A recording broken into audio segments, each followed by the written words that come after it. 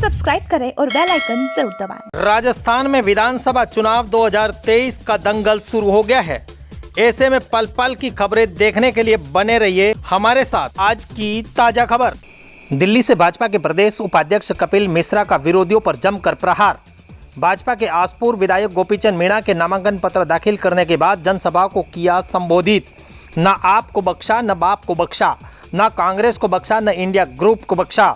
आसपुर राजस्थान के डूंगरपुर जिले के आसपुर विधानसभा क्षेत्र के विधायक भाजपा के प्रत्याशी गोपीचंद मीणा के नामांकन पत्र भरने को लेकर भाजपा के कई पदाधिकारी एवं भाजपा समर्थक आसपुर पहुंचे, जहां पर भाजपा के कई नेताओं ने मंच के माध्यम से अपने अपने विचारों को साझा किया। भारतीय जनता पार्टी के प्रदेश उपाध्यक्ष कपिल मिश्रा का आप से लेकर बाप तक, कांग्रेस से लेकर इंडिया गठबंधन तक को अपने निशाने पर लिया। उन्होंने अपने उद्बोधन के दौरान ए का मतलब आप पार्टी से हालात को लेकर विश्लेषण किया, तो वहीं बी को लेकर बाप पार्टी को लेकर भी अपने विचारों को साझा किया। उन्होंने अपने उद्बोधन के दौरान आपस में जातियों को लेकर बातचीत करने वालों को लेकर भी बोला। यदि सनातन है तो सभी जातियां हैं, यदि सनातन नहीं है तो कोई जातियां नहीं है। जातियों के बारे में बोलने वालों एक बार सुन लो। सनातन नहीं है तो कोई जातियां नहीं है, और जातियों के बारे में बोलने वाले एक बार सुन लें। सनातन मजबूत नहीं है तो हाल देखने हैं तो अफगानिस्तान पाकिस्तान के देख लो, जहां उन्होंने प्रधानमंत्री नरेंद्र मोदी का जिक्र करते हुए कहा कि पिछले 9 साल के अंदर यहां पर एक भी बम ब्लास्ट अथवा सीरियल ब्लास्ट नहीं हुआ है, तो साबित करके बताया है। नरेंद्र मोदी की काबिलियत एवं आखिर अपने भाषण में दिए गए भाषण में अरविंद केजरीवाल को लेकर भी उन्होंने जिक्र करते हुए बताया कि आप पार्टी के तो 4 अंदर हो चुके हैं और 5वें का नंबर भी आज करीब करीब लगना तय है। आखिर दिल्ली से आए हुए भाजपा के प्रदेश उपाध्यक्ष कपिल मिश्रा ने अपने उद्बोधन के दौरान अपनी जुबानी से क्या हमला बोला, देखें ये खास खबर न्यूज़ 24 पब्लिक लाइव पर। नेपाल सिंह राठौड़ की रिपोर्ट। आप लोग पिछली 2 बार से विधायक के लिए वोट कर रहे थे, इस बार विधायक का वोट नहीं कर रहे आप लोग। इस मंच को साक्षी मानते हुए ये कह रहा हूं, जाके कमल का बटन दबा के आ जाओ। इस बार विधायक का वोट नहीं हो रहा आसपुर में, इस बार मंत्री का वोट हो रहा है आसपुर में। होना चाहिए क्या? होना चाहिए ना? क्यों कह रहा हूं मैं ये बात? क्योंकि राजस्थान के इतिहास में सबसे बड़ी जीत भारतीय जनता पार्टी की इस बार नवंबर में जिस दिन रिजल्ट आएगा उस दिन होने जा रही है। इतिहास रचने जा रहे हैं राजस्थान के अंदर, क्योंकि जीत बड़ी होगी इसलिए क्योंकि गहलोत का पाप भी बहुत बड़ा है। इस बार गहलोत के पाप का घड़ा लबालब भरा हुआ है, और उस पाप का घड़ा उस दिन छलक गया था जिस दिन आसपुर के रहने वाले कन्हैया लाल तेली की हत्या की गई थी उदयपुर के अंदर। उस दिन उस पाप का घड़ा छला गया था अशोक गहलोत के। और कन्हैया लाल तेली के परिवार से मैं मिलकर आया, उनकी धर्मपत्नी से, उनके दोनों बेटों से। उनका एक बेटा आज भी नंगे पांव चलता है, वो कसम खा के शपथ लेके बैठा हुआ है कि जिस दिन तक मेरे पिता के कातिलों को फांसी नहीं होगी उस दिन तक मैं पैर में चप्पल नहीं पहनूंगा। लेकिन क्या गहलोत के कुर्सी में बैठे रहते कन्हैया लाल के बेटे को चप्पल पहनने को मिलेगी क्या? न्याय मिल सकता है क्या? कन्हैया लाल के कातिलों को ऐसे रखा हुआ है जैसे कोई ससुर अपने दामाद को रखता है। क्या ये अशोक गहलोत के दामाद है क्या? और इसका दूसरा उदाहरण अभी हमने जयपुर में देखा। किसका बच्चा जाने पे किसका बेटा जाए तो सरकार के आंसू बहते हैं, और किसी का बेटा जाए तो सरकार मुड़ के नहीं देखती है।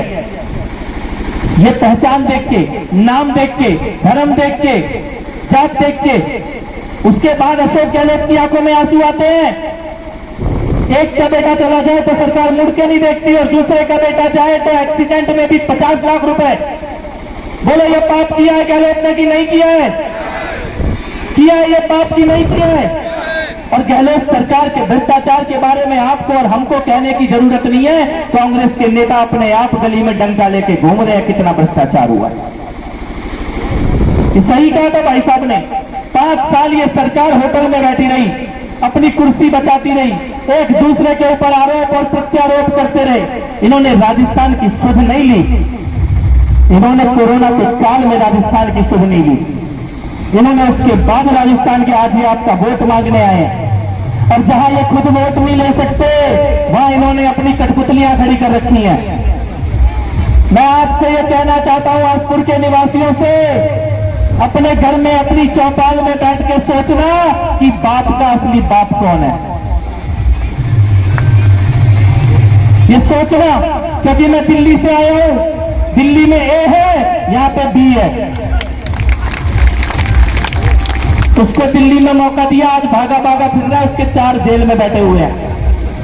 और आज हो सकता है सूरज डूबने से पहले पहले 5वां भी अंदर चला जाए।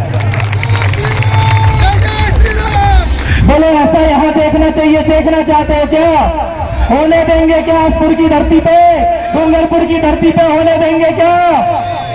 मैं आपको एक बात कहता हूं इस मंच से, चाहे वो जय भीम का नारा हो, चाहे वो जोहर का नारा हो, चाहे वो किसी भी समाज का नारा हो, किसी भी जाति का नारा हो, ये सारे नारे तब तक गूंजते हैं जब तक भगवा लहराता है ऊपर।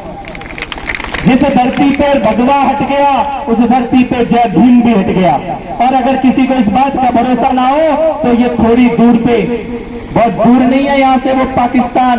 मैं कहता हूं जिसको इतनी जातियों की पहचान की बात करनी होती है ना, मैं पूछता हूं कहां गए पाकिस्तान के आदिवासी, कहां गए अफगानिस्तान के आदिवासी, कहां गए बांग्लादेश के आदिवासी? क्यों नहीं लगते वहां पे जय भीम के नारे? क्या हुआ वहां पे? क्योंकि वहां पे भगवा हटा। सबसे पहले क्या है, जहां भगवा है उसके नीचे सारे जाति और सारी समाज सुरक्षित है। 36 के 36 कौम सुरक्षित है, क्योंकि मस्तक से ऊंची कभी छाती नहीं होती और धर्म से बढ़कर कोई जाति नहीं होती। एकता मुक्ति बांधकर एकता के साथ इस बार इस चुनाव में जाना, ये कोई साधारण चुनाव नहीं है और ये किसी व्यक्ति का चुनाव नहीं है। अगर किसी को लगता है ये खाली गोपी चंद मीणा जी का चुनाव है, खाली भारतीय जनता पार्टी का चुनाव है, मैं आपके सामने ये बात रखता हूं, ये चुनाव तुम्हारे बच्चों के, बेटे के और बेटियों के भविष्य का चुनाव है। विष की एक बेल पे 2 बूंद पानी भी अगर डालोगे कल उसके जहर, कभी ओबीसी के नाम पर, कभी आदिवासी के नाम पे भाषण देता है। मैं आपको केवल इतना कहना चाहता हूं, इनके अलायंस का कोई एजेंडा नहीं है, ना ओबीसी, ना आदिवासी, ना किसान, ना महिला। इनका खाली एक एजेंडा है, बच्चा बचाओ। किसका बच्चा बचाओ? लालू का बच्चा बचाओ, मुलायम का बच्चा बचाओ, पवार का बच्चा बचाओ, ठाकरे का बच्चा बचाओ, फारूक अब्दुल्ला का बच्चा बचाओ, मुफ्ती मोहम्मद सईद का बच्चा बचाओ, बादल का बच्चा बचाओ, करुणानिधि का बच्चा बचाओ और सोनिया गांधी का बच्चा बचाओ। इसके अलावा इनका कोई एजेंडा नहीं है। क्या है ये? बच्चा बचाओ गठबंधन। क्या है? क्या है? बच्चा बचाओ गठबंधन। सोनिया का बचाओ की, मुलायम का बचाओ की, लालू का बचाओ की, पवार का बचाओ की, ठाकरे का। लेकिन अपना बच्चा बचाना हो तो किसके साथ खड़ा होना है? अपने बेटों को बचाना है तो किसके साथ खड़ा होना है? भूलना मत, यही राजस्थान में जयपुर में बम ब्लास्ट हुआ था, यही राजस्थान में। मैं दिल्ली से आया हूं, दिल्ली के कनॉट प्लेस में बम फटे, लाजपत नगर में, सरोजनी नगर में बम फटे, मुंबई में, पुणे बेकरी में, हैदराबाद में, बेंगलोर में, संकट मोचन हनुमान मंदिर में। मैं आपसे पूछना चाहता हूं, 9 साल से नरेंद्र मोदी कुर्सी पे बैठा है किसी माइकल लाल की औकात की जयपुर में दिल्ली में बम फोड़ के दिखाए? है किसी की औकात? तो हमारे बच्चों की सुरक्षा के लिए किसके पीछे खड़ा होना है? प्रधानमंत्री नरेंद्र मोदी जी, और उन्होंने चुनकर भेजा यह उम्मीदवार आपके बीच में। गोपी चंद मीणा जी अपना नामांकन पूरा करके हमारे बीच में आए। एक बार जोरदार करतल ध्वनियों के साथ आपके आने वाले, आपके कल के विधायक और कल के विधायक दोनों यहाँ हमारे बीच में उपस्थित हैं। बहुत बहुत शुभकामना। आपका नामांकन आज पूरा हुआ है और मां जगदम्बा भव्य विजय आपको दे। राजस्थान की आने वाली सरकार में आसपुर की सीट नरेंद्र मोदी की गोदी में डालने का संकल्प हम लोग यहाँ पर लेते हैं। आप सभी से पुनः ये निवेदन है, अपना वोट जरूर करें, मतदान जरूर करें, अपने दोस्तों से, परिवार से, रिश्तेदारों से वोट जरूर डलवाएं, एक एक वोट की गिनती करवाएं। इस बार जोरदार करतल ध्वनियों से विधायक जी का अभिनंदन। और एक बार दोनों हाथ उठा के जो लोग आज से लेकर वोटिंग वाले दिन तक लगातार भारतीय जनता पार्टी के लिए वोट बनवाने और डलवाने के लिए दोस्तों से, पड़ोसियों और रिश्तेदारों के साथ काम करेंगे। दोनों हाथ उठा के संकल्प लेकर मां भारती का जयकार पीछे तक अब विजय सुरक्षित करेंगे। इस बार कमल को जिताएंगे, आसपुर की सीट मोदी जी की गोदी में डालेंगे। एक बार जोरदार जयकार, भारत माता की, भारत माता की, वंदे वंदे, जय श्री राम, जय श्री राम। बटन दबाएगा, कमल पे बटन दबाएगा, बटन दबाएगा, बटन दबाएगा। बहुत बहुत आभार आप सभी का। Thank you. News 24 public live channel को सब्सक्राइब, लाइक